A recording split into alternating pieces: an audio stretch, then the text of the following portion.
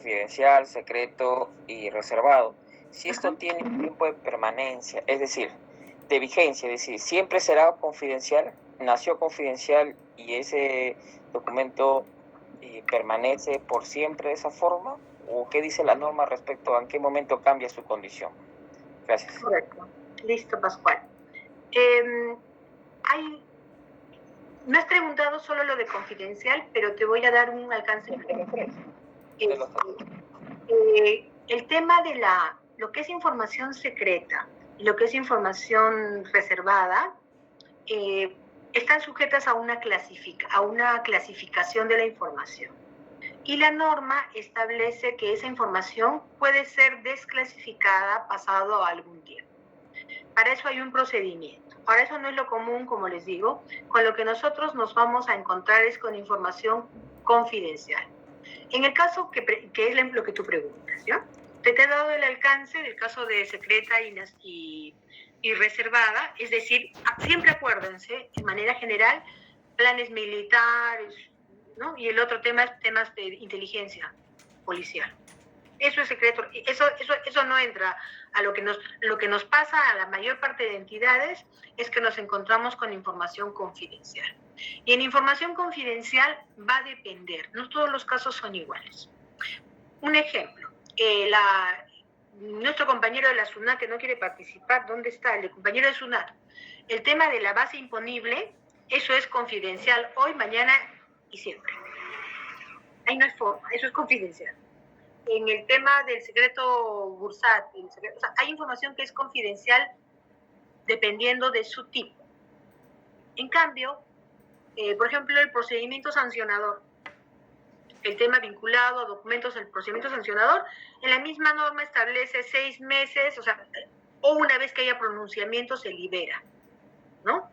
Entonces, lo que yo te sugeriría, para que profundices, si te interesa el tema, es que revises la Ley de Transparencia y Acceso a la Información Pública. Googlea, Ley de Transparencia y Acceso, y ahí están los artículos 15, 16, 17, y ahí te detalla, y también te detalla los tiempos, ¿no? Cada uno tiene un tratamiento diferente, ¿ya?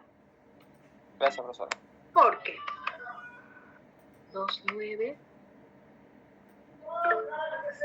Creo que hay otra pregunta. Sí, profesora, buenas noches, Ana. Sí. Profesora, sí, una consulta. Usted estaba hablando sobre la ficha técnica de series documentales, donde ahí podemos ver en el tema de 3.5 de accesibilidad, si las series son públicos o son confidenciales o secretos. En ese orden, justo estoy viendo la ficha técnica de lo que es OSI, en lo que es Produce, y bueno, en el tema de acción simultánea, ellos la accesibilidad lo tienen como confidencial, pero comentó usted que no todas las series algunas veces tienen esta categoría, ¿no? Entonces, en ese caso, cuando pasa eso, ¿dónde se puede visualizar o cómo se puede ver ese dato? Porque yo, si reviso la ficha técnica y dice accesibilidad confidencial, doy por hecho que toda la serie es confidencial. Exactamente, Ana. Ese es el tema, pero por eso esa clasificación, ¿de dónde tiene que venir? Tú cuéntame. Esta clasificación del área productor. Exactamente. Y ustedes tienen que cuidar que eso venga del área. Ahora, Marden ha levantado la mano. Déjame, Marden, que intervenga un ratito. Y después me complementas. En el caso de OSI, lo que pasa es que esa información que ellos tienen de las acciones no puede ser difundida, pero va a llegar un momento en el que esa información se va a convertir en pública. Es el ejemplo que ponía su compañero. ¿Hay información que va a ser siempre confidencial? No, tiene un tiempo. Ahora, normalmente los OSI lo que hacen es que ese tipo de documentos lo tienen en su archivo de gestión 10 años. ¿Cuánto tiempo lo tiene en tu archivo, en Produce? En Produce dice total años 5. Le da 2 en gestión y 3 en central. Y lo ha puesto acción simultánea, incluso temporal. Mira, en tu caso, lo que está haciendo es, en tu caso lo que él está haciendo es, te está trasladando información de ese tipo a tu archivo. Al archivo central. Ya te cuento algo. Dile que revise y ahorita Marden que te ayude a investigar. Ellos tienen una norma técnica en la OSI. En la OSI. La Contraloría. La Contraloría tiene una norma técnica. Todo su procedimiento de ellos tiene cómo debe ser foliado, cómo está integrado, sus acciones, qué documentos debe de contener. Eso está normalizado en la Contraloría. Ya, sí. Porque... En la Contraloría dice un tiempo. Entonces, que ellos deben de conservar la información por un tiempo. Confirma ese dato. Que quería intervenir. Confírmanos, Marden, lo que estoy diciendo, por favor. Sí, incluso estas fichas técnicas están en el portal archivístico de Produce. Son, o sea, cualquiera, como usted dice, acceso, datos abiertos, ¿no? Estas fichas técnicas están. Lo que veo acá en el marco normativo, incluso estoy leyendo la Directiva 17-2016 de control simultáneo que tiene Produce, porque me llamó la atención también esto, ya que el MEF, por ejemplo, tiene para esta serie 30 años le ha puesto, y de vida también. Entonces... Y a mí no me lo quiere dar. A mí no me lo quiere dar. Porque él, lo que me ha sacado es una normativa. Porque yo veo el archivo central, pues, me dice, doctora, me dice que yo tengo una normativa que me dice que yo lo tengo que conservar por un tiempo. Bueno, como órgano poseedor, el órgano poseedor, hablando como acceso, en el campo del el órgano productor sería, archivísticamente sería el órgano productor, es el que va a definir cuánto tiempo va a permanecer en su archivo de gestión, y después, concluido ese tiempo, y eso debe estar en el PCDA de la entidad, ¿no? Ahora, el tema es, eso hay que cuidar, que esa calificación no vulnere alguna normativa que ellos tengan interna, que yo tengo entendido que sí hay, Anita. Por eso es que en otras entidades está así. Marden, tú que trabajas en la Contraloría, danos más luces. Gracias, profesora, muy amable. Listo, Anita. Marden, no quiere decir profesora, nada. Buenas noches. No, sí, acá estoy. Orienta. Sí, profesora, lo que usted estaba comentando sí es completamente cierto, ¿no? Como estaba poniendo en el chat, las acciones simultáneas, mientras se encuentren en desarrollo, van a ser confidenciales, ¿no? Porque, bueno, así sean la acción simultánea, control concurrente, control específico, visitas de control posterior y todos los tipos de controles que nosotros tenemos, todos van a ser confidenciales mientras esté en desarrollo, ¿no? ¿Por qué? Porque, a ver, dando un ejemplo, el OSI, ¿no? En este caso, al hacer una acción simultánea, ellos se tienen que notificar previamente. Y obviamente que esas notificaciones no es extremadamente confidencial, porque no podemos notificar a un tercero que no sea más el administrado, ¿no? En este caso, las personas que comprenden dentro de una presunta irregularidad, ¿no? Si en el caso fuera, porque estamos viendo o analizando si existe una irregularidad o no, ¿no? Y esa información no puede ser producida para el acceso a la información pública. Ahora, como usted decía, cuando las acciones de control dan por finalizadas mediante el periodo, recién ese acceso se da para el público. En nuestro portal de transparencia, en nuestra búsqueda de informes de servicios de control, que está dentro de la página de la Contraloría, que cualquier ciudadano lo puede buscar, lo puede encontrar, ¿no? Y puede tener el acceso que uno necesita. Ahora, nosotros guardamos los archivos, o los informes en este caso, en los archivos desconcentrados, están 10 años, es lo máximo que pueden estar, ¿no? Son 10 años, y posterior a eso, nosotros ya hacemos la transferencia al archivo central como archivos desconcentrados, y posterior a eso se da ya el proceso de eliminación. Eso es lo que puedo acotar, profesor. Y por cierto, también sí están normalizados. Tenemos todo tenemos normas, procedimientos para todos los acciones de control. Eso está, profesor. Marden, excelente. Entonces, estás confirmando, ¿no es cierto?, lo que yo digo de los 10 años. Por eso, Anita, confirma, no vaya a ser de que haya habido un desconocimiento, alguna descoordinación, y cuando se ha aprobado así, cuando en realidad ellos tienen normativa. Claro, porque tienen que tener 10 años. Sí, y como le digo, está en el PCDA, está en el portal archivístico. Cualquier persona puede entrar a ver las fichas técnicas de la serie documental que produce. Claro, eso está bien. O sea, bueno, ellos sí es que ha concluido, pero el tema es de que no lo tienes que tener tú. Estando concluidos. Sí. Lo tendría que tener él, porque de acuerdo a su normativa, él todavía lo tiene que tener en su etapa como archivo de gestión. A ver, la pregunta sería, razonemos por qué. ¿Por qué creen? ¿Por qué creen que ellos? Sí, ¿por qué creen que ellos tienen que tenerlo? Profesora, disculpe, para acotar también respecto a eso, es necesario también acotar de que una acción de control a veces no es que demore pues un tiempo de 2, 3 meses, un mes, una semana. Estamos hablando o sea, el mínimo que puede haber quizás, que yo hasta el momento de que vengo trabajando en Contraloría no lo he visto, de que pueda demorar un mes, es demasiado poco, extremadamente poco, ¿no? O sea, un servicio de control puede demorar hasta 3, 5 años y continúa, ¿no? Por ejemplo, nosotros, un ejemplo, ¿no? Acá en Ucayali, en una municipalidad, se empezó un servicio de control en 2016, si mal no recuerdo, y recién se terminó el 2019, 2020, ¿no? O sea, fue extenso. Y posterior a eso, aún no se cierra, porque no se cierra con nosotros en ese momento. ¿Por qué?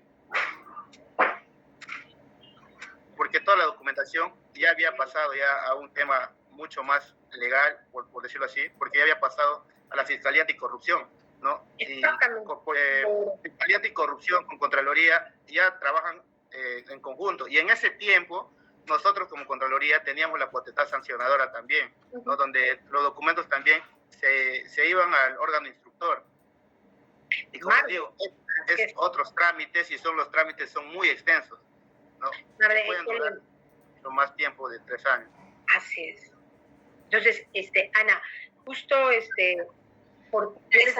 reflexionen por qué. Porque esa información puede generar, uno, procedimiento sancionador al funcionario, o sea, en la vía administrativa, alguna reparación en la vía civil, algunas persecuciones de tipo penal.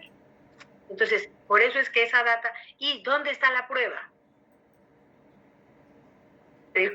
Todos que venga el archivo así de costado están locos.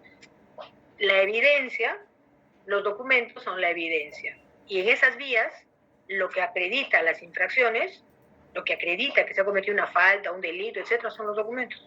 Entonces, eso no lo puede... Son así bien definidas, bien...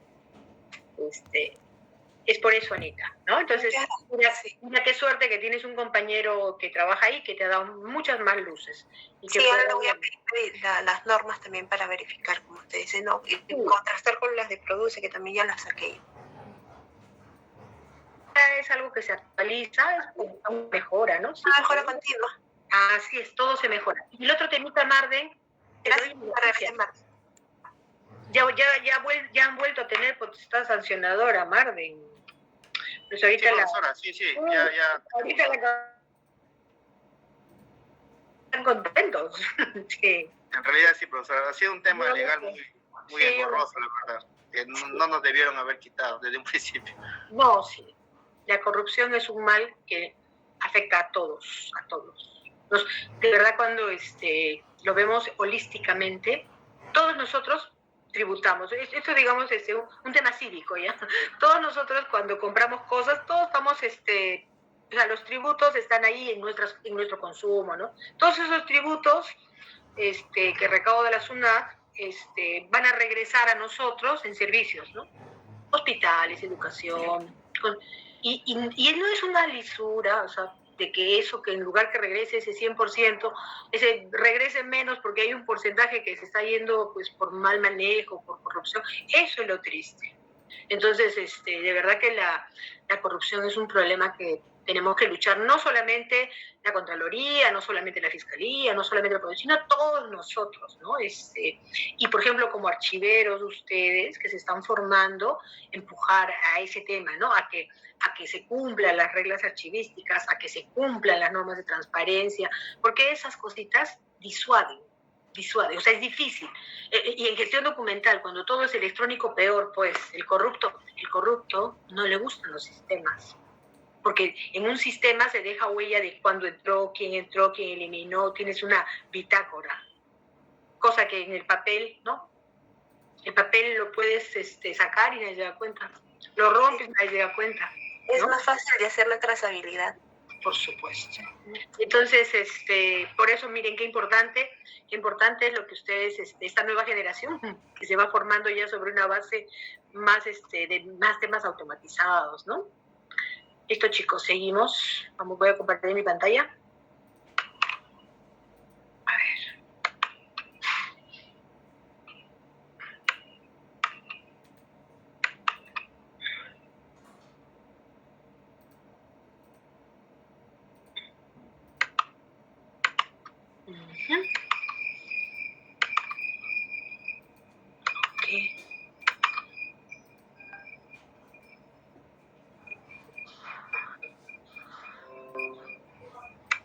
¿Me avisan si están viendo, porfa?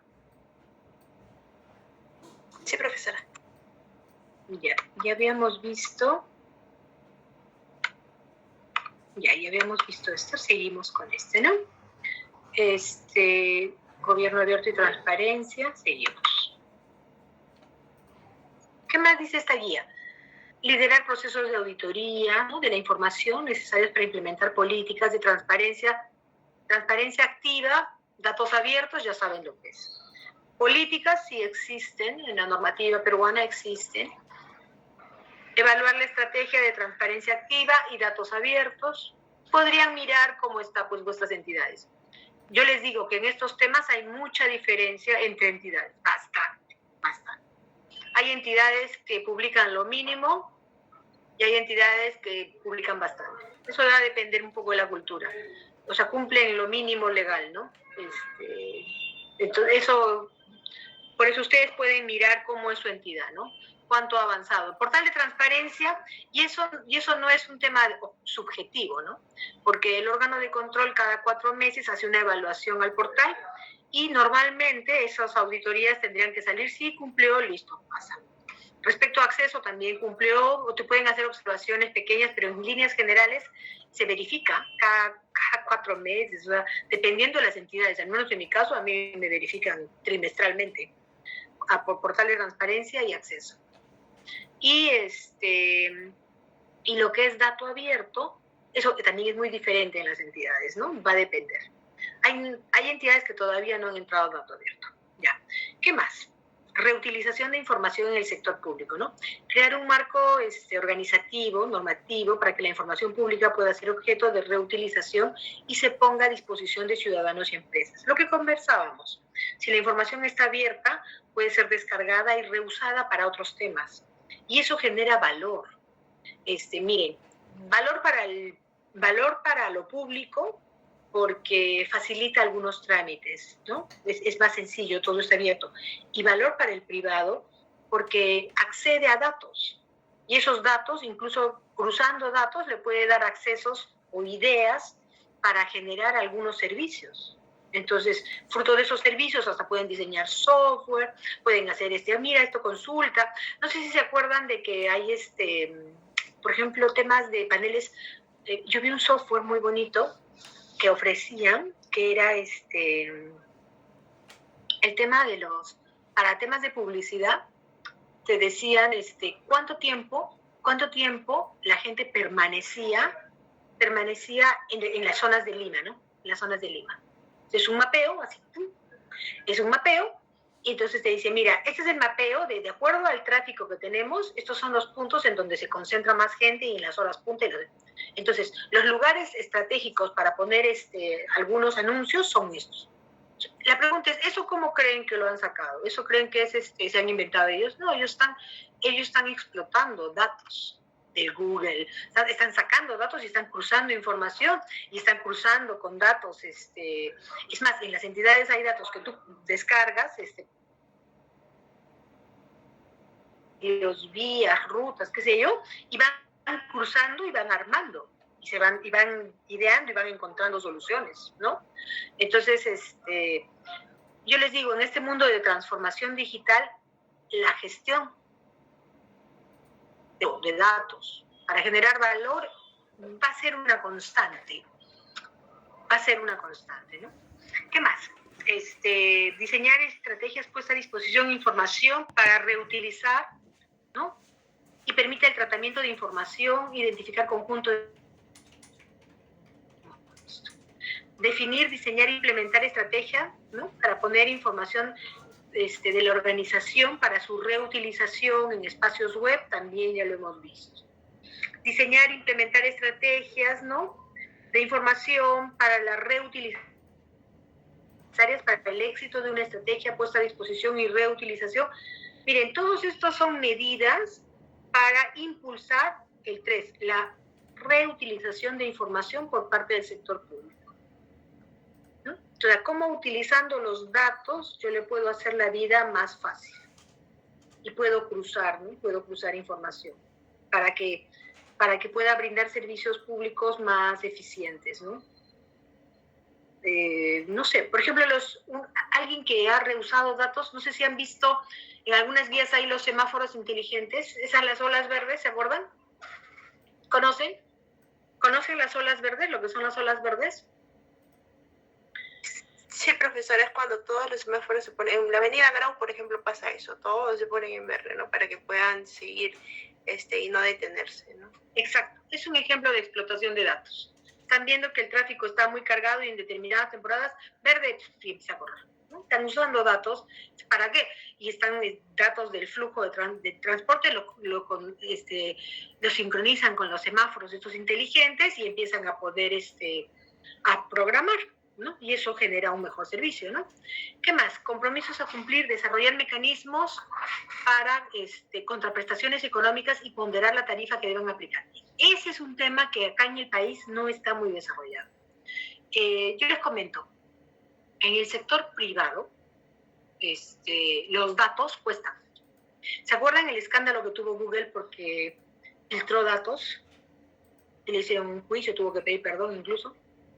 ¿Por qué? Porque difundió información y con esa información que ellos tenían respecto a su plataforma, la usaron para otros fines, ¿no? Entonces, eso no puede ser, ¿no? O sea, uno entrega datos y entrega datos para determinados fines. No puede ser usado para otros fines. Entonces, cuando ustedes reciban un servicio gratuito, si ustedes ven algo gratis, ese no es gratis, están pagando con sus datos. Su nombre, su DNI, su perfil, dónde viven, de verdad que les gusta, correo, todo, ¿para qué? ¿Y no les parece raro que una vez que ustedes entran a algún tema de eso, les empieza a llegar publicidad? Entonces, cuando uno diseña empresas, sobre todo vinculadas al tema de marketing, y necesita datos, en el mercado, los datos del correo, los datos de teléfono, todo eso tiene un valor. En serio. Ahora, eso no, yo no estoy hablando, y no estoy hablando de mercado negro, que vas a huir, no estoy hablando de mercado negro. Estoy hablando que las empresas, para diseñar una estrategia, necesitan conseguir datos. Y para conseguir datos, diseñan estrategias, ¿no? Por ejemplo, voy a hacer un seminario gratuito, voy a invitar a qué perfiles, me interesa este perfil, invito, para entrar, regístrate, te registras y ya están capturando datos, ya van alimentando esa base de datos. Y luego van armando esa base de datos, ¿para qué? Para lanzar su estrategia a ese público objetivo. Es un ejemplo, ¿no? ¿Qué más? Implantar mecanismos de participación y colaboración. Perdón.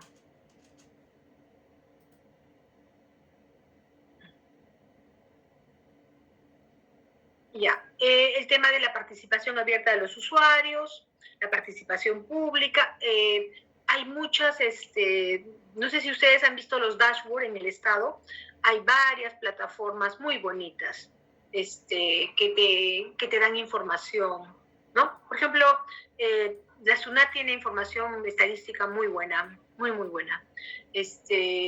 También, o sea, yo les digo la SUNAT porque por mi trabajo he visto, pues, ¿no?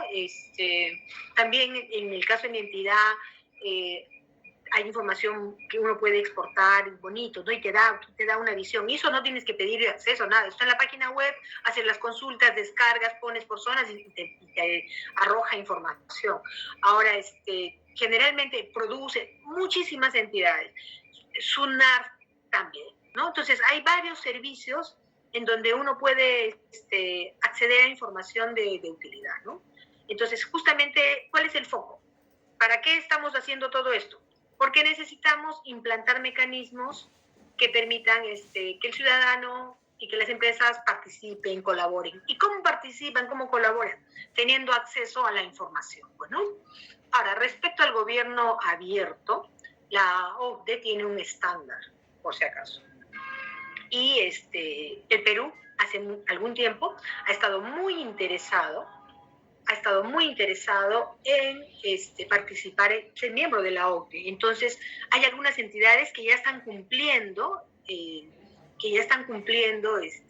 estas reglas que da la OCDE, ¿no? Y tienen una certificación especial, ¿no? Entonces, ¿qué es importante, no? Analizar, primero, identificar la organización, sus documentos, clasificar los documentos, ¿no? Para el tema de que no vaya a ser de que por estar abriendo documentos, filtremos documentos que no correspondan, ¿no? El tema de la descripción de documentos. Entonces, toda esta zona, miren, identificar sus procesos archivísticos, clasificar y describir, está muy vinculado a los procesos archivísticos. ¿Para qué? Para que pueda cumplirse la normativa, sin violar la normativa sobre la materia, ¿no? Entonces, eso, digamos que en líneas generales podemos hablar de estos lineamientos de gobierno abierto y transparencia.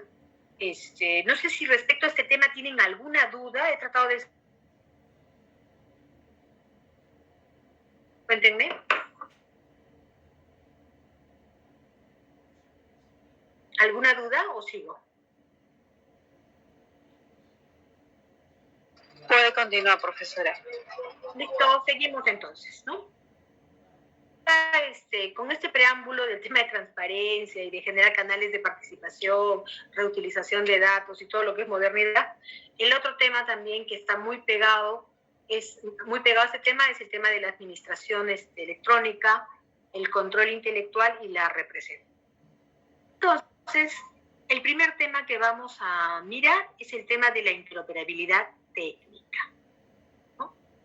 Jonathan, ¿estás conmigo?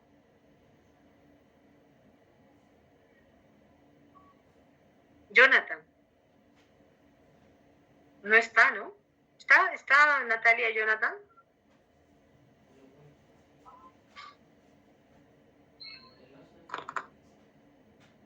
Ay, profesora, ahora me fijo. Ya, yo le había pedido a Jonathan que estudie los tipos de interoperabilidad que existen. ¿Se acuerdan?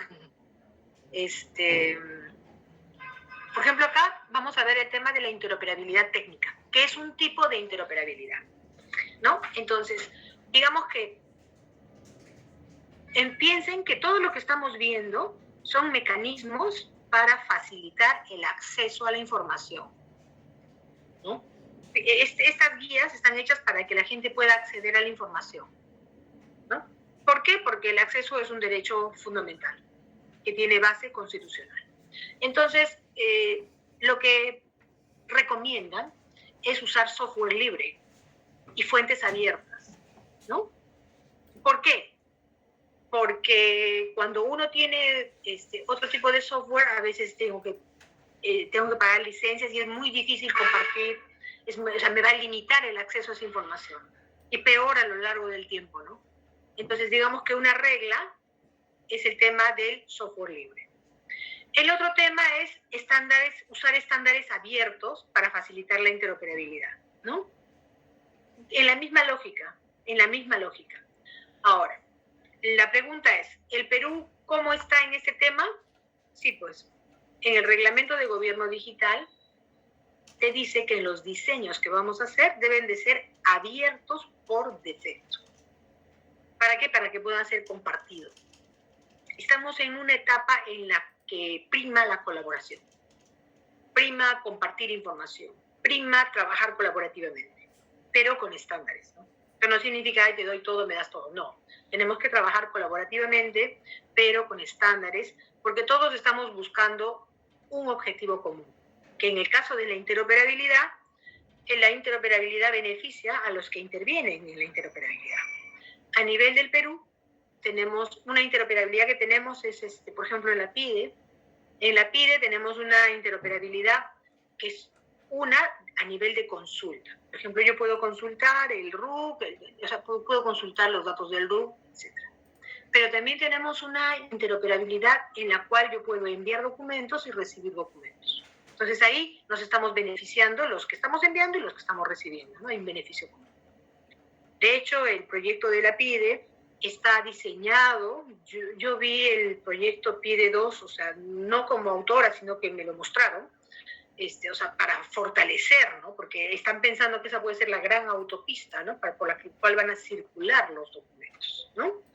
Y para que se conecten las entidades del Estado, ¿no? Ese es el tema, esa es la idea. Es como una, digamos, están preparando, es una infraestructura para que puedan, imagínense, ustedes emiten, cuando estás con entidades que interoperan por la PIDE, emites el documento, inmediatamente te sale la ventanita que interopera, aprietas el botón y ya está en la bandeja, o sea, ya salió para la bandeja de la otra entidad, ¿no? Entonces, es una facilidad importante. Sin embargo, su uso no está muy difundido aún. O sea, somos pocas las entidades que estamos interoperando. Hay limitaciones. Hay un tema de capacidades técnicas, hay un tema de cultura, es una mezcla, ¿no? Entonces, un tema de madurez, ¿no? Y también de repente que la PIDE tiene sus limitaciones, ¿no? Etcétera. Pero bueno, este tema es, digamos que en ese tema el Perú está en proceso. Estamos en ese camino, ¿no? Alinear sistemas de información, administraciones con Internet, ya, ustedes lo conocen, ya estamos metidos. Ahora, la pandemia fue un habilitador para que todo sea por mecanismos virtuales, ¿no? Impresionante. La pandemia trajo consigo la necesidad de que el Estado genere servicios virtuales. Y eso ya no va a cambiar. O sea, hay gente que piensa que va a ser como antes, que la gente va a volver a trabajar en sus sitios y va a entregar papel. Ya no va a ser así. El ciudadano ya se acostumbró a recibirlo por correo, ya se acostumbró a mandarlo nomás por correo, ya no quieren venir a las oficinas. De hecho, por ejemplo, en mi caso, yo tengo mis trámites 95/5, o sea, 95% virtuales, brutal. En mi caso, envíos 95, ya la gente usa muy poquito presencial. Entonces, digamos, ¿Y quiénes son esos presenciales? Aquellas entidades que insisten en el papel, ¿no? Pero digamos que se va luchando, ya es un cambio. Y el mundo cambió. Listo, ¿qué más? Tener la adaptación, la flexibilidad y la escalabilidad de las soluciones. Miren, acá son temas técnicos, ¿ya? Se refiere a que la herramienta que yo tenga necesita tener capacidad de adaptarse a las exigencias. ¿Por qué? Porque estamos en un mundo donde hay mucho cambio, ¿no? Tiene que ser flexible, y cuando hablo de que sea flexible, no es que permita cualquier error, sino de que estoy gestionando de una manera y Antiguamente la mesa de partes trabajaba de 8:30 a 4:30, la mesa de partes, la ventanilla virtual también.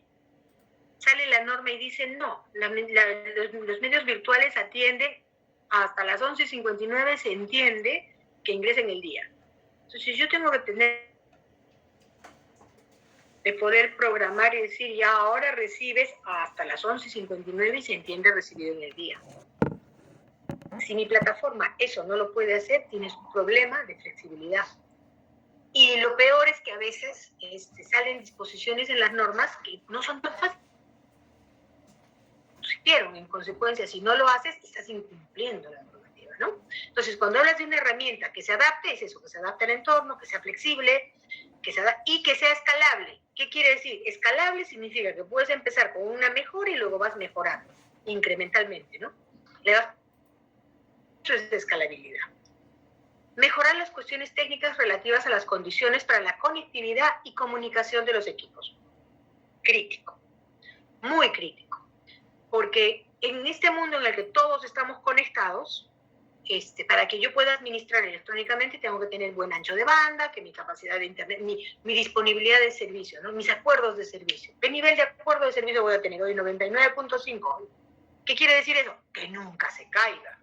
Porque si yo voy a poner un servicio digital, el momento que se caiga la gente no va a poder presentar su servicio digital, ¿no? Entonces, mucho foco en esto, porque si ustedes van a estar en una administración en la que se gestiona en digital, hay que mirar, hay que ir viendo, ¿no? Oye, ¿nuestro software es libre? No, ya. O sea, eso no significa que lo van a cambiar de inmediato, sino para pensar. ¿Cómo se van a adaptar? ¿Cómo van a ser el tema de licencias? Porque todo tiene un costo. Y el tema de, ¿es escalable, no es escalable, es flexible, ¿no? ¿Cómo es nuestra conectividad? ¿Tenemos acuerdos de niveles de servicio? Así, ¿no? Eso, Ahora, la pregunta es, ustedes me pueden decir, ¿qué hago yo como archivero viendo esto? ¿Alguien me puede contestar por qué es importante que veamos esto? ¿Cuál es la importancia de este tema para vuestra gestión como archiveros? Cuéntenme. ¿Alguien?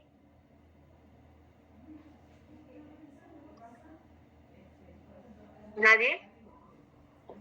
Profesora, sí, bueno, yo lo vería para el tema de acceso a la información, por ejemplo, ¿no? Porque si me llega la documentación hasta las 11:59, pues entonces ahí hay que ver los plazos también, ¿no? Que uno puede manejar. Muy bien, ¿te afecta a los procesos? Sí. Y en este momento te cuento que los plazos están reducidos, ¿no? Porque como entra hasta las 11:59 y se entiende que ingresó en el día, claro, se redujo el plazo. Sí, por ejemplo, eso afecta, dense cuenta, ¿no? Y imagínate que esa tu ventanilla no funcione. Te pueden hacer un problema, ¿no? Porque ahora el tema es que tiene que estar funcionando, ¿no? Entonces, no está acá, pero en el modelo de gestión documental contempla que debemos de tener una contingencia. Entonces, a veces, por este tema de conectividad, así hay problemas, y la gente empieza a reportar el incidente, tú tienes que tener tu contingencia virtual. Realmente es un correo de soporte, algo, pero el servicio no muere, el servicio tiene que seguir adelante. No hay que tener cuidado. Y miren, estas son condiciones técnicas, ¿para qué? Para que se gestione, no se olviden nunca, documentos auténticos. Y yo para generar documentos auténticos necesito, miren, necesito asegurar mi software. ¿No se acuerdan? Yo tengo que tener un buen software, te está diciendo que sea escalable, ¿verdad? Y en gestión documental en el ISO vimos que cumpla los requisitos, ¿no? Y acá te dice, armonizar los dominios. ¿Por qué? ¿Qué tiene que ver el dominio? Vinculen el dominio en el mundo archivístico, ¿cómo se llama? ¿Cómo se llama en el mundo archivístico el dominio? El fondo. Mi dominio Perú Compras es mi fondo Perú Compras. Entonces, todo tiene una equivalencia. Comprender la clasificación y organización como base indispensable de la interoperabilidad. Claro. ¿De qué tipo de documentos estoy hablando? ¿Cómo? O sea, si bien yo voy a interoperar, pero tienen que estar debidamente categorizados. Ya, entonces a su compañero Jonathan no está, pero la tarea que le había dado a Jonathan es que investigue los tipos de interoperabilidad. Y en profesora. Ya está. Vive Jonathan. Muy bien. Acá tienes. Léelo, por favor. Interoperabilidad. Un tipo. A ver, profesora. ¿Dejaste la carta? Utilizar software libre y fuentes. No, la cabecita. Acá la cabecera. Interoperabilidad técnica. Hay interoperabilidad técnica, ya. Ya, ese es un tipo. Y para tener interoperabilidad técnica, la recomendación que te da es usa software libre, usa código abierto, usa sistemas escalables, asegura tu conectividad y asegura tu acceso a Internet. Porque si no pasa eso, puedes estar listo para interoperar, pero se te cayó el sistema, no hay red, no interoperas. ¿Correcto? Entonces, esa parte de la interoperabilidad técnica. ¿no? Entonces, compromisos a cumplir, te dice, ¿no? Armonizar los dominios de información, comprender la clasificación, etc. Ahora, hay otro tipo de interoperabilidad, Jonathan. La interoperabilidad semántica, que dice abordar la problemática de la interoperabilidad semántica desde un punto de vista técnico. Abordar la problemática de la interoperabilidad semántica desde un punto de vista idiomático. ¿Qué significa? Significa que si yo voy a interoperar con el Ministerio de Educación, con la Presidencia del Consejo de Ministros, con la Contraloría, con la SUNAT, con la SUNEDU, ¿ya? Semánticamente, o sea, el significado, yo tengo que tener, si para mí esto es, oye, este código es este tipo de documento. ¿Todos estamos de acuerdo? Ya, este código, ya. Entonces, listo. Estos X, todos, significa, o sea, ¿por qué? Porque la interoperabilidad va a requerir metadatos para que nos comuniquemos entre los que estamos interoperando. Y en esos metadatos, claro, que por ejemplo, oye, enviado es esta codificación, porque no es que el sistema lee enviado, eso se codifica. Entonces, para todos, ese código va a ser enviado. Para todos los que estemos, ese código va a ser recibido. Para todos, ese código va a ser observado. Listo. Entonces, por eso hay una interoperabilidad técnica vinculada a la herramienta, a la conectividad, vinculado al tema técnico, al tema idiomático, al idioma. O sea, tenemos que estandarizar. ¿Para qué? Para que nos entendamos. Y el otro tema es, hay una interoperabilidad organizativa. ¿Por qué? Porque los que han interoperado a través de la PIDE, en un documento y va a la PIDE e interopera, ahí yo tengo que colocar a qué oficina va y me lo lee. ¿Qué quiere decir? Que yo ya tengo en mi máquina, en mi estructura para interoperar, ya armonicé la estructura de las organizaciones con las que voy a interoperar. Entonces, cuando yo he interoperado, por ejemplo, hace poco mandé un documento, yo pongo ahí el nombre de la persona, su cargo, en la oficina, aprieto y listo, ya está, y se mandó. Y ella me confirmó que ya lo recibió, entonces dense cuenta, ¿no? Entonces, no solamente es conectarse técnicamente, ponernos de acuerdo en lo que significa, sino también tener en cuenta la estructura, porque dentro del sistema va a estar el nombre de las oficinas. Ahora, el tema de en qué orden va, eso va en semántica, ¿no? Por ejemplo, en la PIDE es todo mayúsculas, ¿no? Un ejemplo, ¿no? Ahora, para eso hay metadatos. Cuando te unes a la PIDE hay unas reglas para que todos conversemos igual, ¿no? Se llama una estructura de metadatos, o sea, eso ya está definido, ¿no? Todos los que integran tienen que cumplir esa estructura. Y con eso hablamos el mismo idioma. Y hay un tema muy importante, ¿no? El tema de seguridad de la información, ¿no? Temas de seguridad, porque siempre en el mundo electrónico podemos ser víctimas de bombas lógicas, de ransom, que quieran secuestrar nuestra información, de que quieran hacernos una broma y modificar la información, o finalmente alguien, no solamente una broma, que quieran robar información o hacer daño, ¿no? Entonces, lo que en el mundo en papel, ¿no? Digamos, ¿se acuerdan que antes, creo que ya se los he dicho antes, en el mundo del papel la humedad era peligrosa para el documento, ¿se acuerdan? La humedad. En el mundo electrónico la seguridad es peligrosa, ¿no? El tema... Antes, en el mundo en papel, ¿qué cosas se podían comer los documentos? No sé, los documentos en papel, en físico. No sé, pues los roedores eran, bueno, o sea, bichitos que se coman, que destrocen el papel. En el mundo electrónico, los virus se pueden comer el papel, el documento. O por eso una inadecuada actualización de antivirus te puede hacer perder data. un cambio de tecnología, te puede generar que una parte sea obsoleta y ya no tengas un cambio de acceso. Señor Beldi, ¿está conmigo todavía? Ya se fue. Cuénteme. Señor Beldi. No está, ¿no? Yo me acuerdo, le quería preguntar al señor Beldi porque él se debe acordar, antes habían unos CDs negritos, chiquititos. No eran CDs, eran como unos, no sé, eran Disquetes. Sí, disquetes. Pregunta, ¿qué computadora ahora tiene acceso a disquetes? No, ninguna. Ninguna. Ay, ya. Entonces, la información que estaba en ese disquete fue.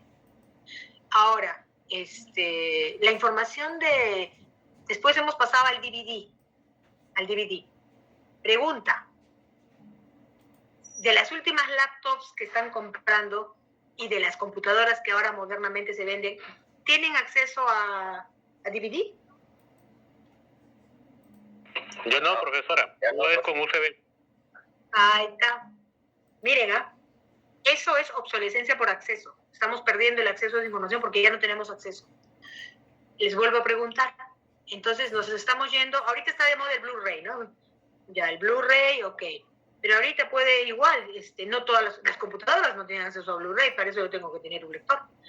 Ahora, lo último que me ha pasado ha sido que he visto computadoras que ya no tienen el puerto para USB. Eso me impresionó. Y dije, ¿cómo? ¿Ya no? Y le tienen que poner otro aparatito. Entonces, dense cuenta que rápidamente uno puede perder el acceso al documento electrónico. Entonces, cuando hablamos de seguridad de la información, es esa responsabilidad de que tenemos que proteger, no solamente del tema de virus, ¿no? De que la información sea conocida. La seguridad de la información tiene unos pilares, que son la confidencialidad, que es el tema que la información sea conocida por quien deba conocer. La disponibilidad, que cuando yo quiera pedir acceso a esa información, la información esté, ¿no? Y la integridad, ¿no? O sea, que no sea alterado. Pero en la seguridad de la información, parecido al tema de documentos, ¿qué cosa ataca estos pilares? El virus, el cambio tecnológico, las versiones del PDF, cómo han cambiado. Tanto es así que para conservar documentos a largo plazo ahora tenemos un PDF especial, porque el PDF no te va a garantizar. Entonces, dense cuenta, estamos en un mundo altamente cambiante, ¿no? Entonces, la gestión electrónica no es un tema no es un tema menor, es un tema que, primero, ya entramos a administración electrónica, tenemos que tomar medidas para conservar esa información. ¿Ya? El otro tema, compromisos a cumplir, ¿no? Garantizar la protección física y ambiental de activos físicos a través del control de acceso, bien. Cumplir el marco normativo. Cuando hablamos de control de acceso, recuerden que los documentos electrónicos también pueden estar, cuando no están en servidores, los documentos pueden estar en nube, ¿no? Entonces, ya sea en servidores o en nube, tienen que haber mecanismos de control, ¿no? Cumplir el marco normativo del tema de seguridad. Vamos a verlo, ¿no?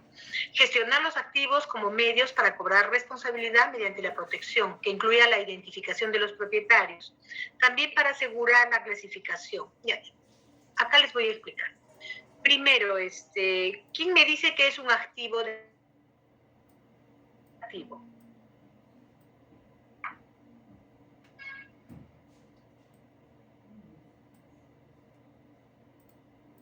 Chicos, ¿qué era un activo? Esa fue mi primera clase, por favor. ¿Qué era un activo? Es algo que tiene valor para la organización. En el tema de seguridad de la información, se hace un inventario de activos. Y no duden que las personas somos activos. Cuando hacen el inventario, empiezan a mapear quiénes tienen acceso. Primero, qué importante, ¿no? Tu mapa de procesos, en qué procedimientos se apoyan, y de esos procedimientos empiezan a ver qué registros tienes, ¿no? ¿Dónde se almacena información? Esos registros ya son activos. Todo donde se almacena información son activos. En consecuencia, tienen que generarle mecanismos de protección para que no le entre virus, para que no lo copien, para que no lo descarguen, para que no lo perturben, para que no se lo roben, etc. Y en los activos de la información también se identifica no solamente información, también se puede identificar infraestructura, ¿no? Hay el ambiente. Por ejemplo, en el caso de los archivos, la infraestructura del archivo es un activo importantísimo porque es el activo que está guardando la información. La infraestructura donde están los servidores, activo importantísimo. Entonces, todas esas instalaciones tienen que tener medidas de protección más fuertes, ¿no? Y en el tema de los equipos, por eso es que muchas entidades, como medida de protección de la información, no es que les guste que la información esté en las computadoras, ¿no? Sino generan carpetas, que estas carpetas son copiadas en nube, o sea, son respaldadas. Porque imagínense, una máquina se pierde y se puede perder información de la gestión. Entonces, no es la entidad tiene que ir viendo medidas para la contingencia, o sea, pueden tener contingencias, ¿no? Entonces, en el Estado, en las entidades públicas sobre todo, hay una regla que no puedes parar, puede pasar algo, pero no para. La función pública tiene que seguir. Imagínense en pandemia, en plena pandemia, no podíamos movilizarnos, pero los enfermeros, las enfermeras, todos tenían que seguir trabajando porque si no el país, y es más, sacaron una lista de entidades que eran críticas y que tenían que seguir funcionando y luego se han ido sumando. Hay entidades que no han parado un solo día. Entonces, la regla es que en el Estado siempre va a haber continuidad. Entonces, el tema de continuidad está muy asociado a cómo vas a gestionar esa información en el tiempo, ¿no? Y poner plan B, plan C en caso que pase algo. Entonces, por eso dice, gestionar los activos, y estamos hablando de activos de información, activos de infraestructura, como medio para cobrar responsabilidad frente a la protección, que incluya la identificación de quién es propietario del activo. Un ejemplo, en el procedimiento de acceso a la información pública, yo les he comentado que tengo un registro de acceso, que eso lo dice la ley. Ese registro, ¿quién será propietario de ese registro? El funcionario responsable de acceso a la información. Entonces, hay que identificar. Eso es lo que dice la norma. Identifica el activo, tienes que hacer tu inventario de activos, y en base a eso tienes que definir quién es el propietario de ese activo. Y sobre ese activo se hace una evaluación de riesgos. Y después se gestiona esos riesgos, ¿no? Pero eso más adelante lo vamos a ver. Ya, entonces, a eso se refiere el inventario. Garantizar de una manera segura y controlada la explotación de la infraestructura, ya, una supervisión, considerar el control de acceso a los sistemas de información como uno de los campos cruciales en la seguridad de la información, por supuesto. Y eso no solamente como seguridad de la información, sino también como gestión documental. La regla es que no todos tienen acceso a todos, ¿verdad? No todos tienen acceso a todo. Generalmente, los sistemas se separan por roles. Entonces, va a haber un rol administrador, va a haber un rol usuario, va a haber un rol de otro tipo de usuario, que dependiendo de la función que tiene, un usuario va a poder de repente consultar, otro usuario va a poder imprimir, editar, generar, firmar, etc. Otro usuario va a poder de repente tener acceso a varias bandejas, pero no para hacer modificaciones, sino como lectura, etc. Eso se tiene que definir. Eso siempre en un sistema se tiene que definir. ¿Quién tiene acceso a qué? ¿Quién tiene permiso a qué? Muchas vulneraciones a la seguridad de la información se dan porque a veces las entidades no se dan el tiempo de cumplir este tema, de asegurar que, quiénes tienen acceso y a qué nivel. Se olvidan. A veces renuncia una persona, se va la persona y el acceso sigue ahí abierto. Y alguien que, era curioso, tenía el acceso y sigue consultando con el anexo del que ya no trabaja. Peligrosísimo. Muy peligroso. Hay que tener cuidado. ¿Qué más? garantizar la integridad y la seguridad de la información en los sistemas, eso ya lo hemos visto, garantizar que los registros de incidencias y debilidades de seguridad, los sistemas se comuniquen de manera pertinente. Ya. Normalmente la gente de sistemas tiene su bitácora en donde registra todos los incidentes, ¿no?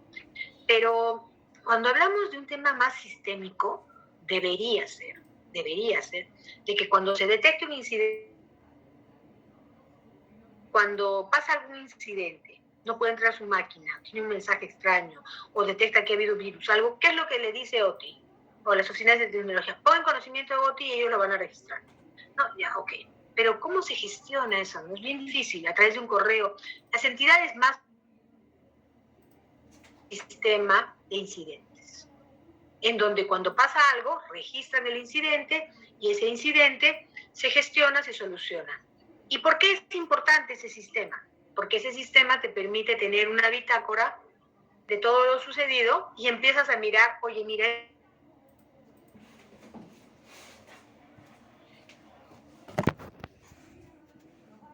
puedes ver que los incidentes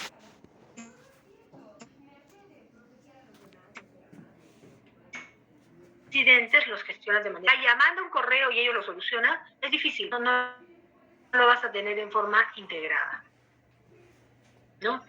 Y implementar un plan de continuidad de negocio que haga los procesos críticos, garantizando la pronta reanudación de sus como futuros archiveros, y si trabajan en la entidad, preguntarle al responsable de TI y decirle, ¿qué pasa? ¿Qué pasa si se cae mi sistema? ¿Cuál es tu contingencia? ¿No? Entonces, muchas entidades tienen servidores y tienen contingencia en nube, otros tienen nube y tienen contingencia en servidores, otros tienen nube, tienen contingencia en nube, otros tienen servidores y tienen contingencia en servidores. O sea, la estrategia es diferente. ¿Cuál es mejor, cuál es peor? Eso depende de la estrategia. Cada uno es dueño de su estrategia, ¿no? Ahora, importante que ustedes sepan estas cosas, por supuesto, porque en el mundo, cuando hablamos de gestión documental, ustedes van a estar hablando de estas cosas. O sea, aparte de la parte archivística, en gestión documental ustedes van a estar viendo, oye, ha habido incidentes, oye, no pueden registrar por la mesa virtual, oye, el nivel de servicio se está cumpliendo porque estoy reportando incidencias. O sea, cuando hablamos de gestión documental, todo se está gestionando en digital. Entonces, ahí hay que preocuparnos de decir, oye, ¿dónde se está guardando la información? Son importantes que los conozcamos, ¿no?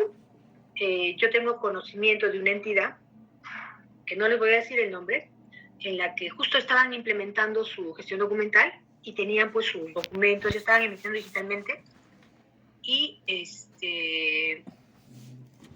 para eso estaban digitalizando la información, y le pasó algo, digitalizando sin valor legal, solamente escaneaban, subían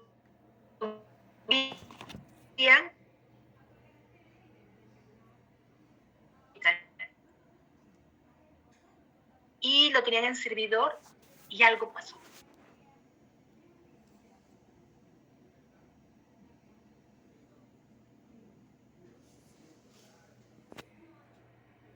Algo pasó con el señor, me dice, por un lado OTI reconstruyó la parte de la secuencia, no todo, pero lo que se digitalizó, eso, tuvieron que volver, o sea, como reconstruir, volver a digitalizar, volver a subir.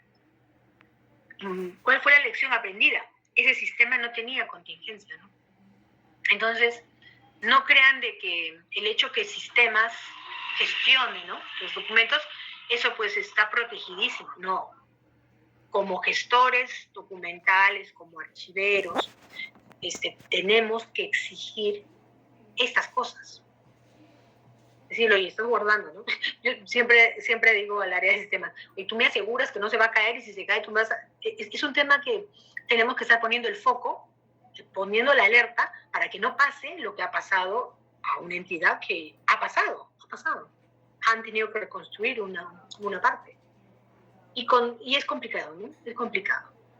Entonces, y el tema de continuidad de negocio, lo que les comento. Ese tema de las interrupciones. Profesor, una consulta, disculpe. Sí. En ese caso, ¿quién sería el responsable? En el caso hay una corresponsabilidad. Van a tener que investigar, pero normalmente en la normativa de gestión documental, la parte, el dueño, el que gestiona el modelo, lo van a ver más adelante, la herramienta informática, los estándares de interoperabilidad y los temas vinculados a la firma electrónica, eso es competencia de TI. Pero el que ve gestión documental tiene que haberle exigido, tiene que haberle dicho, oye, por favor, saca backups. Ahí viene la importancia de que ustedes sepan estos. Oye, aplica estándares. Oye, contrólame tu backup. Es más, en mi caso, por ejemplo, yo periódicamente le hago como un cuestionario, ¿no? Le mando y le digo, por favor, repórtame cómo va tus medidas de seguridad, ¿no? O sea, qué medidas me va contando, estoy dando mantenimiento, o sea, e incluso siempre voy pidiendo que se aplique la mayor cantidad de seguridad que se pueda. Pregunta, mi oficina es competente para poder respaldarla. No, yo no soy competente para respaldar. Quien no hizo el respaldo fue el área técnica. Pero imagínense una oficina así que esté media dormida y no haya pedido nunca nada, como esta que pasó. Bonito, estaban implementando y ya pues hay un problema y obviamente la primera cara va a ser el DTI, pero el DTI luego va a mirar al de gestión documental y al dueño del negocio también. Le voy a decir, oye, pero ustedes como dueños del negocio a mí no me han especificado nada. Pues ahí empieza a repartirse la responsabilidad, ¿no? Entonces, dense cuenta que, no sé si todos estén atentos a lo que estoy diciendo, espero que no se aburran, pero este tema no es menor. O sea, este tema ahora los archiveros lo tienen que conocer, porque si no lo conocen, no van a poder exigir. Y si no exigen, si es que eventualmente hubiera algún incidente, bueno, pues van a cargar con parte de la responsabilidad, ¿no? Por no definirle, por no exigirle, ¿no? ¿Hay alguna consulta? Disculpe, profesora, no, era para comunicarle que la compañera que era tirado se acaba de conectar, no sé si la tomará en cuenta en la asistencia, y que 8:10 terminaba la clase, disculpe. Ya grabé, Nati. Es difícil, es más, falta 5 minutos para que acabe la clase. Difícil, ¿no? Ya. Entonces, eso hay que tener mucho cuidado, chicos, ¿ah? Entonces, ¿qué más? Seguimos. Entonces, implementar un plan de continuidad. El tema del plan de continuidad, esta, por ejemplo, es una responsabilidad que está en la normativa peruana a cargo de OTI. Pero obviamente las oficinas de tecnología siempre están preguntando. Ellos no quieren ir solos. Ellos siempre van preguntando, dependiendo del tema, a los órganos de línea o a gestión documental, qué temas, ¿no? O sea, que identifiquemos, van levantando. En el tema de seguridad de la información, también ellos se aseguran, ¿no? Y dicen, por favor, de tus inventarios y cuáles son tus activos. Entonces, imagínense que alguno de ustedes no inventaría un activo y pase algo. Si pasa algo y no has inventariado ese activo, ¿de quién va a ser la culpa? ¿Del de OTI o del que no inventarió el activo? ¿Qué dicen? ¿Qué dicen? Del que no inventarió, profesora. Y ahí entrarían ustedes. Sí, profesora, una consulta. ¿Y todos esos inconvenientes, bueno, como el caso de que se perdieron los PDFs de esta entidad, eso no se ve en la gestión de riesgos, en implementar esto? Por supuesto. Por eso que en el modelo de gestión documental y en el tema en el ISO que hemos visto de los documentos, autenticidad, integridad, el ISO de gestión documental, algo que incorpora es la gestión de riesgos. Y lo vamos a ver. Por eso, lo que a mí me da un poquito de... No es nostalgia. La poca importancia. O sea, me da un poco de curiosidad. Porque, y eso me ha pasado con varios alumnos, ¿ah? Cuando entro a riesgos, como que lo ven así muy, muy lejano, ¿no? No le dan mucha importancia. les parece medio complejo, no lo ven así, medio que se aburren. Pero Y es como haciendo una similitud, ¿no? Es como un enfermo, ¿no? Es preferible no enfermarte a estar enfermo y gastar en... Ya, ahora yo les devuelvo la pregunta. ¿Cuántos de ustedes han llenado el cuestionario que yo les he dado a conciencia? Yo no me lo contestes, ¿no? No me lo contestes. Pero haber llenado el formulario que yo les he estado dando de normativa es parte del riesgo. Estoy con la normativa vigente. Haber identificado mi contexto adecuadamente es parte del riesgo. Porque si yo no identifico bien mi contexto, ¿qué puede pasar? Me voy a olvidar de algún servicio. En consecuencia, si me olvido de algún servicio, me voy a olvidar de mapear un activo. Y si se pierde algo, no lo mapeé. O sea, de todos los que están en clase, yo estoy segura que hay algunos que lo han hecho, digamos, concienzudamente. Pero hay muchos que lo han mirado y han dicho, sí, está bien. Eso es lo que yo les digo. Y tú has tocado un punto clarísimo. Es como que ustedes vayan pensando en la salud, ¿no? Ustedes vayan a un hospital y digas, ¿quieres un médico que te haga un análisis de sangre, que te haga ¿no? Que te tome todo, que te haga una radiografía, ¿no? Para que te detecte bien? ¿O quieres uno que te mire y te diga, ¿te tienes fiebre? No, está bien. No, a ver la gargantita. Está bien, sigue nomás. Obviamente, uno cuando ve su salud quiere a alguien que le haga un buen diagnóstico. Entonces, estas herramientas que estamos usando nos sirven para mirar bien los diagnósticos. Y vamos a ver una en riesgos, que el nivel que ustedes le pongan. Ahora, yo les digo, lo que ustedes levanten a mí como profesora no es para mí, ¿no? Porque es para ustedes como en su entidad, identificando, ¿no? Porque en todo caso, mi mapa de riesgos de mi entidad yo lo tengo. O sea, y ese es un tema. A mí muchas veces me dicen, ay, yo quiero ver porque quiero copiarme. Es que no te puedes copiar. Lo que tienes que hacer es, porque cada entidad tiene riesgos diferentes. Lo que uno tiene que aprender es a diagnosticar a su entidad, identificar los riesgos de su entidad para diseñar su modelo acorde a la entidad. Pero hay muchas personas que se quieren saltar el trabajo y copian. Resultado, ¿cuál es el resultado de copiar? Tienen una gestión documental declarativa. Dicen, ¿tienes política? Tengo. ¿Tienes procedimientos? Tengo. Oye, ¿los documentos están organizados? ¿Están así? No. ¿Y se hace supervisión? No. Y ahí, ese es el problema, ¿no? O sea, el tema es, si no lo tomamos, si no lo hacemos, no lo internalizamos, ahí vienen los problemas, ¿no? Entonces, por eso yo les digo, que yo espero mucho que ustedes aprovechen estas herramientas que yo les doy porque les va a servir en su desempeño profesional, ¿no? Listo, chicos, creo que hemos llegado hasta aquí. A ver.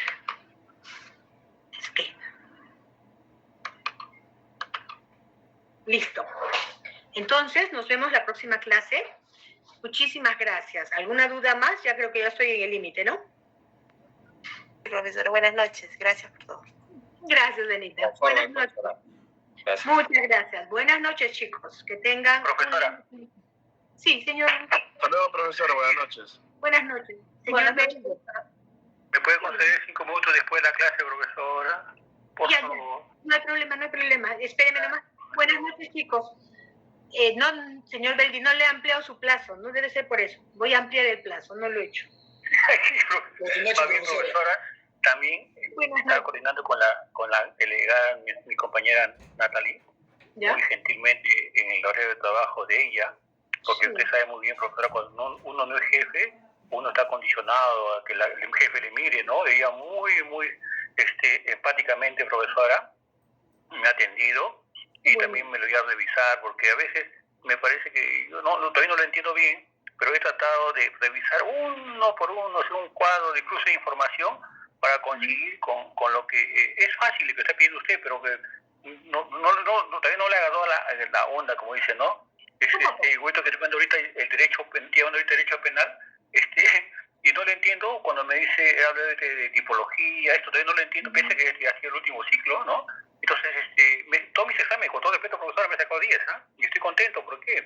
Con todo respeto, eso me ayuda bastante a mí para superarme. Tengo 3 días para superar viernes, sábado, domingo, ¿no? Entonces, así como usted, como ese curso que está trabajando conmigo, pero yo sé que va a probar, también tengo Pequeños problemas, profesora, con usted, más bien disculpe usted que le sea sincero, por favor. No, no se preocupe, señor Beldi.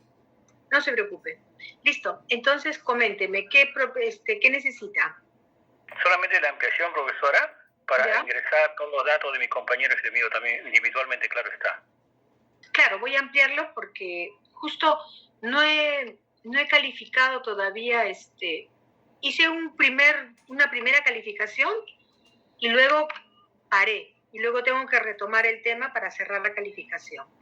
Sí, profesora, como usted dijo, ya en email están todas las calificaciones, pero bueno, yo siempre solidario, porque, profesora, si no estaría en su condición, sé profesor, no estoy, solo soy un alumno, profesora. Me solidarizo con sus calificaciones, estoy contento con sus calificaciones, profesora. Muchas gracias, Mavi. Qué bueno, señor Belli. No, a mí me gusta compartir lo que yo sé y también con ustedes aprendo mucho, porque cada alumno tiene una experiencia diferente, ¿no? Entonces, es un aprendizaje mutuo. Para mí, yo lo veo así siempre.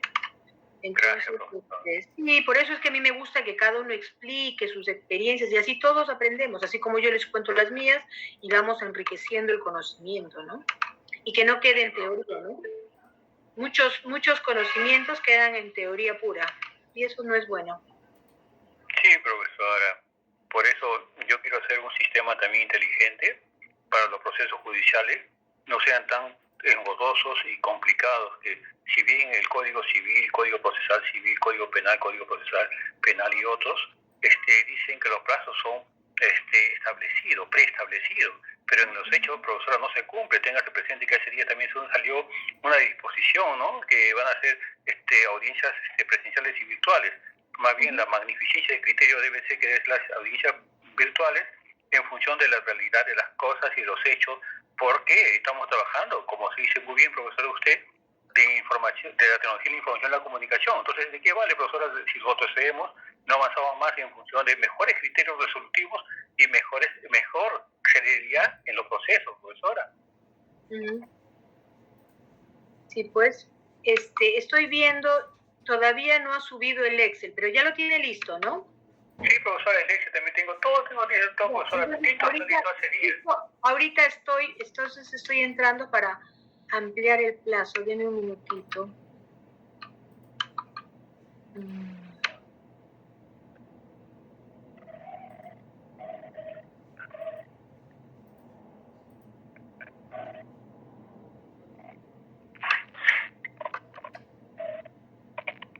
¿Cuándo lo puede subir, señor?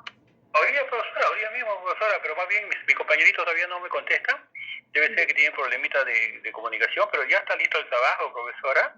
Entonces lo pongo el 7 de octubre, ¿ya? La profesora, es un honor, profesora, verdad que es un honor. Con todo respeto, y voy a prender mi cámara y le voy a agradecer personalmente. Muchas gracias, profesora, muchas gracias. No se preocupe, le estoy poniendo fecha de entrega 7 de octubre, recordarme calificación 8 de octubre, pues será. Ya está. Ya estoy grabando. Yo coordino con mi compañera delegada y voy a hacer incluso información para que inmediatamente lo suba, si es posible, hoy día mismo, profesora. Yo tengo listos los trabajos, profesora, con las carátulas, todo. Listo, señor Beldi. Entonces yo ahorita ya le acabo de ampliar el plazo del primero, voy a ampliar el plazo de todos ahorita. No se preocupe, ¿ya? Yo me la bendiga, profesora. Muchas gracias. Gracias. Buenas noches, profesora. Buenas noches. Gracias.